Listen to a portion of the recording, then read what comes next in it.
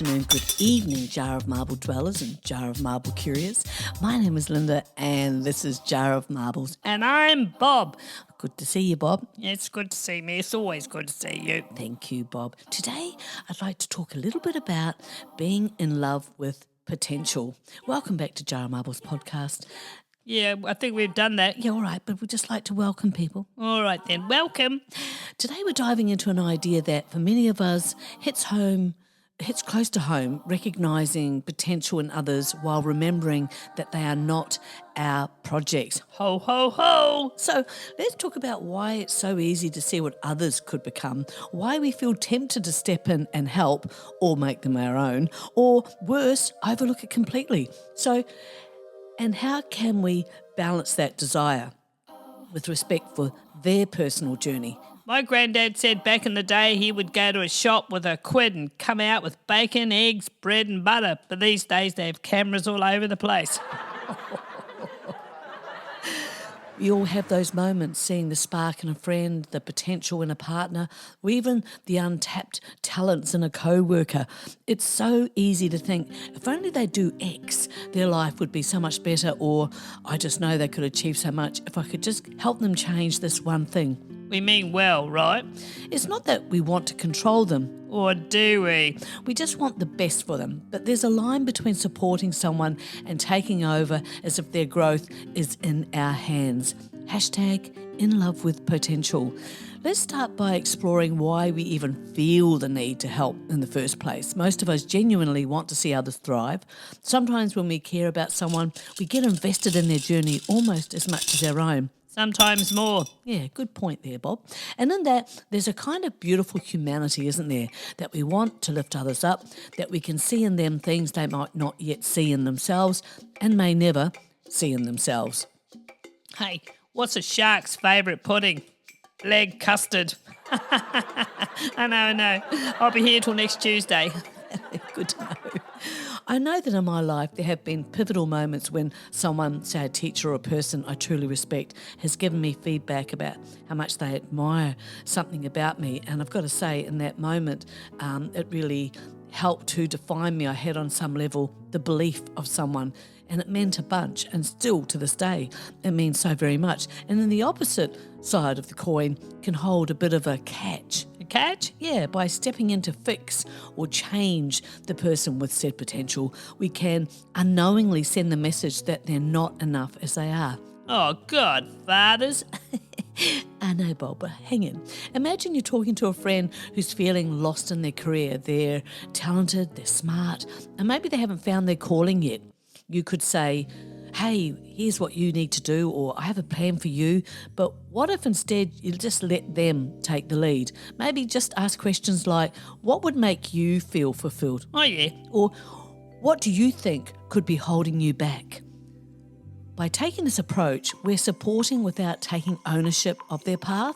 When we project manage someone's life, we can end up draining both of our energy. So don't do it. And honestly, we might miss out on witnessing the unique journey they would have chosen on their own. Wise words. Make ourselves happy and shine bright like a match in the dark. Yeah, Bob, love it. Yeah, thank you. Now, don't get me wrong. Supporting someone is a beautiful thing. The difference is subtle but significant. Oh, see, I see danger right there. What do you mean, Bob? Subtle but significant. Well, let's see. Yes, let us. Support is about empowering, not overpowering. Oh, yeah, true. Hashtag in love with potential. It's about being a mirror, reflecting back what they might not yet see, but letting them decide what to do with that reflection. So instead of saying, here's what you should do, try saying, I believe in you and I know that you'll figure out what's right for you. This way you're honouring their autonomy and trusting in their capacity to grow. And take a big step back too. Quite possibly. We can get too invested in others and then be upset when they don't take our fantastical, knowing, ever-wise advice. But what if it's great advice? Like you said, Bob, take a step back, look at your own direction. Yeah, I did say that. This is where staying in your own lane is bang on. I want to share a concept here called compassionate detachment. Oh, what's that? It means caring deeply while accepting that their growth is theirs to own. Actually, I feel kind of relieved about that. Yeah, me too. Cats are like strippers. They sit on your lap and make you think that they love you. Well, I know Mia's definitely like that. We're compassionate. We're there to listen, but we're detached from the outcome. We can walk alongside someone, but we shouldn't be in the driver's seat of their life. So an example, please. Think about a mentor or a guide who had a positive impact on you. Chances are they didn't force you into decisions or manage your life for you. Instead, they were probably there to lend an ear, offer wisdom, and empower you to make the choice. That's the model we want to emulate. Be available, but not overbearing. Oh yeah, I get it. It's also being a good friend, whether it's to a relative as well, allowing others just to make their own decisions. Hashtag in love with potential. It's also worth remembering that sometimes people don't see their potential because they're not ready to. Oh yeah, the old timing factoroonie. Maybe they have inner work to do, or maybe they need to explore paths that might not make sense to us, and that's okay. If we genuinely believe in them, we'll give them the space to find that belief in themselves at their own pace. Something I did when my youngest daughter was around 16 was encourage her to get her driver's licence because, well, that's what you do as a parent, don't you? Go, okay, it's time you start getting your driving lessons. I wanted to help her get her first car and see her be free and be able to travel wherever she wanted, when she wanted to. So she went back and forth trying to get a licence, and everything that could go wrong did.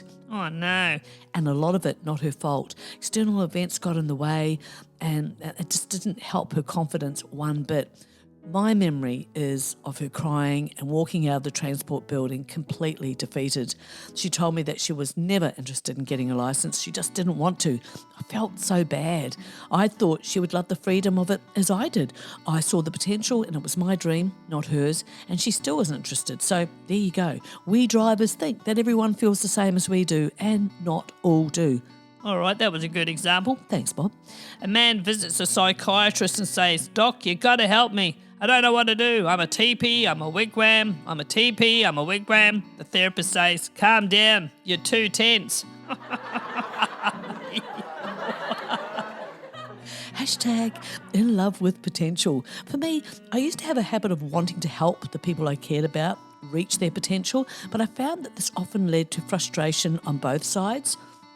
When I stepped back and trusted that they could take charge of their own lives, I noticed that my relationships became more open and balanced. I could cheer them on without feeling like their progress was a reflection of my efforts. Yeah, I just burnt 2,000 calories. That's the last time I leave chocolate brownies in the oven while I nap. So, Marble Dwellers, my challenge for you and for myself too is this.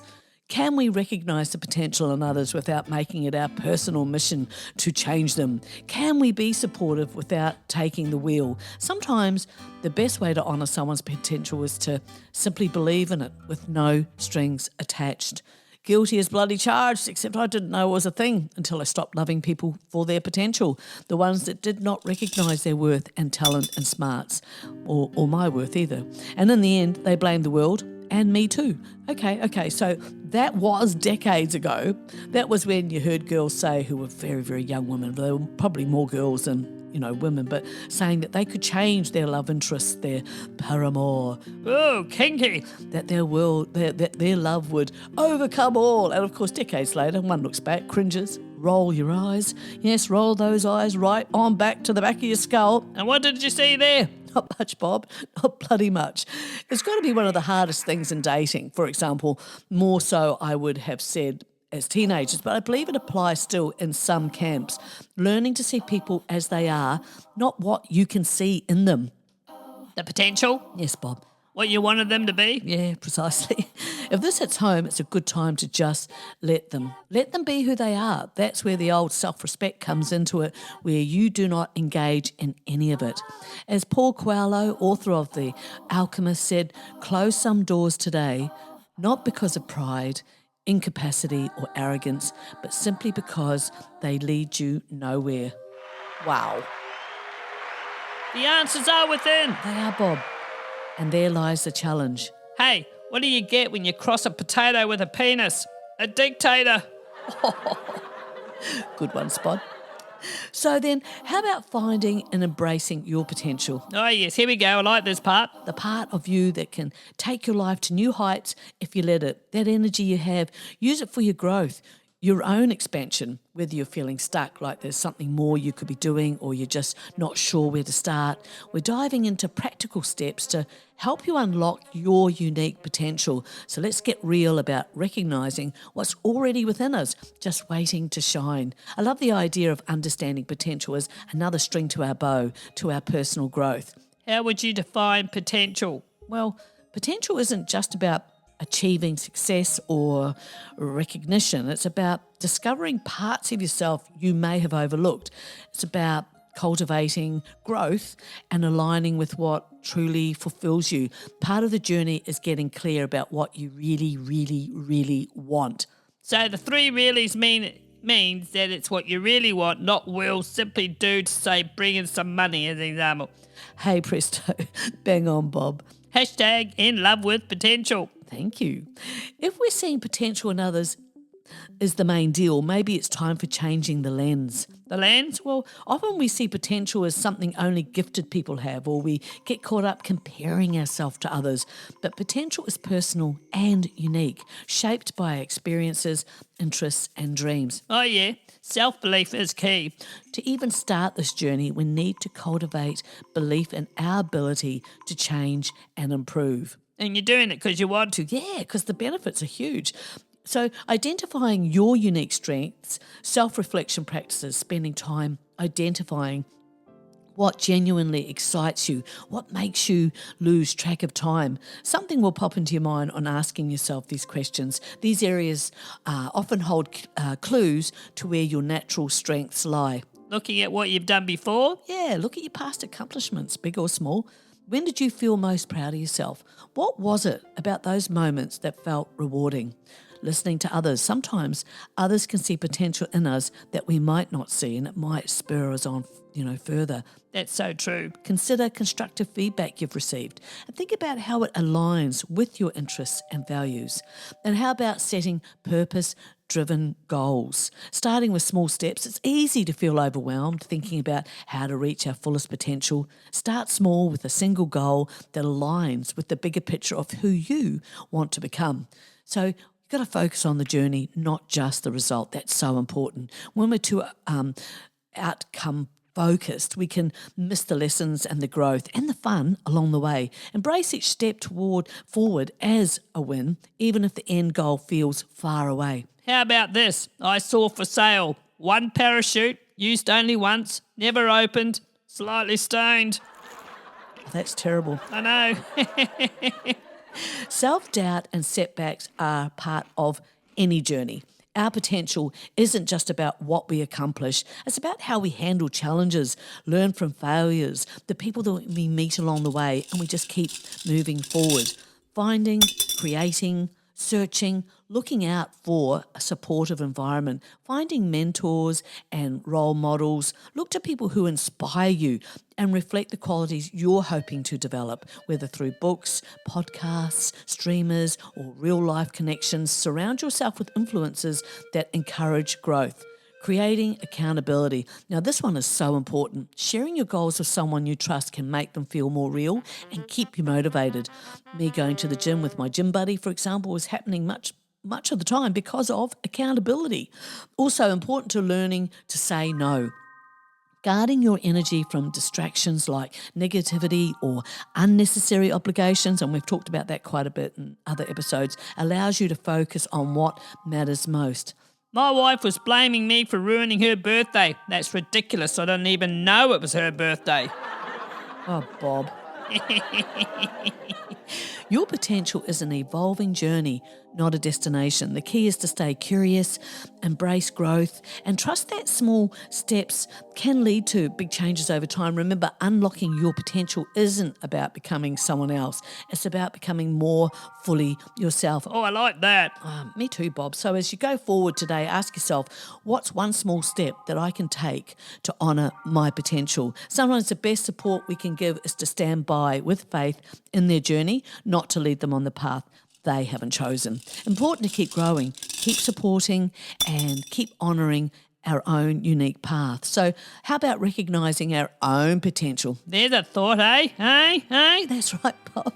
Important and incredibly powerful investing in ourselves. Yeah. Now, you probably heard the phrase, you've got to invest in your future, and why investing in yourself is the game changer that can elevate your life in ways you may not have imagined. So whether you're in the car or on a walk and just sitting back with a cup of coffee, take a deep breath, because I wanted to make a shift in our chat about looking at our journey. So let's get started. There is such power in recognising your own potential. I think we're constantly told that success is a result of hard work, strategy and opportunity. But here's the secret most people miss. Success starts with you. It starts with recognising the incredible power and untapped potential you already have inside. We all have this enormous well of strength, creativity and drive that, for whatever reason, often gets buried under self-doubt, fear of failure, or a lack of direction. But what if I told you that the first step towards living your best life is just believing in yourself? If you don't, then you might not value just how much it will change your life. Sounds simple, right? But this is one of the hardest things for so many of us to do. So that's about time to break it on down, I'd say. Well, when you truly invest time and energy into understanding what you're capable of, whether that's through self-reflection, learning new skills, or just getting out of your comfort zone, you start to see that potential isn't some abstract idea. It's a reality that's waiting for you to claim it. It's yours for the taking. Think about it. If you don't believe in yourself, who will? Yeah, true. Yeah, right, yeah. All right, so what does it actually mean to invest in yourself? Well, it's not just about buying courses, books, or flashy tools. Investing in yourself is about choosing to prioritise your growth, whether it's emotionally, mentally, or physically. It means creating opportunities for you to develop, even when it feels uncomfortable. It's asking yourself, what do I need to thrive? Do you need to develop new skills to advance your career? Do you need to invest in your mental health to be a better partner, a friend, or parent? Yeah, the answers are in the questions you ask yourself. Well, yeah, true, Bob. Do you need to surround yourself with a new circle of people who inspire and challenge you? When you invest in your health, your knowledge, your relationships, or your personal development, you are creating momentum. Oh, I like the sound of that. And that momentum, it's going to push you closer to the version of yourself you've always dreamed of becoming. Oh, yeah, very true. Yeah, that's right. It is, Bob. Yes. Okay, so we know why investing in ourselves is so crucial, but how can we start right now? I've got a few practical tips that you can apply today. Commit to learning, whether it's reading a book, taking an online course, or even just listening to podcasts like this one. Never stop learning. You'll take many paths. Knowledge is power, and the more you learn, the more equipped you become to face life's challenges head on. Set clear, actionable goals. Don't just say, I want to be successful. Break it down into clear, actionable steps. Where do you want to be in 6 months, a year? Write it down. Make a plan. Then invest your time and energy in making that vision a reality. Bit by bit. That's right. Prioritise your health. You can't do your best work, be the best version of yourself, or even enjoy life if your health is suffering. So if you are able, invest in exercise, whether that be walking, eat well, get enough rest, and pay attention to your mental health. You're not just investing in your body, you're investing in your energy, your mindset, and your ability to show up every day. An apple a day keeps anyone away if you throw it hard enough. Yeah, true. Surround yourself with the right people. They say you're the average of the 5 people you spend the most time with. So take a look at your circle. Are they lifting you up or holding you back? Invest in relationships that encourage growth, challenge you to be better, and support your dreams. You know, do you ever wonder that the people who cause the products, they cause the product warning labels, do you ever wonder what they're like? Got to say, it's actually not a bad question, Bob. Yeah, I thought so. Step out of your comfort zone. Growth happens when we stretch beyond what feels easy. So take those small but brave steps into discomfort. Maybe it's saying yes to a challenge or learning a new skill you've been avoiding. It's those actions that lead to transformation. You know, I was thinking nothing sucks more in the moment when having an argument and you realise you're wrong. Yeah, that is a bit of a moment, Bob. You're right there. I want to leave you with this thought.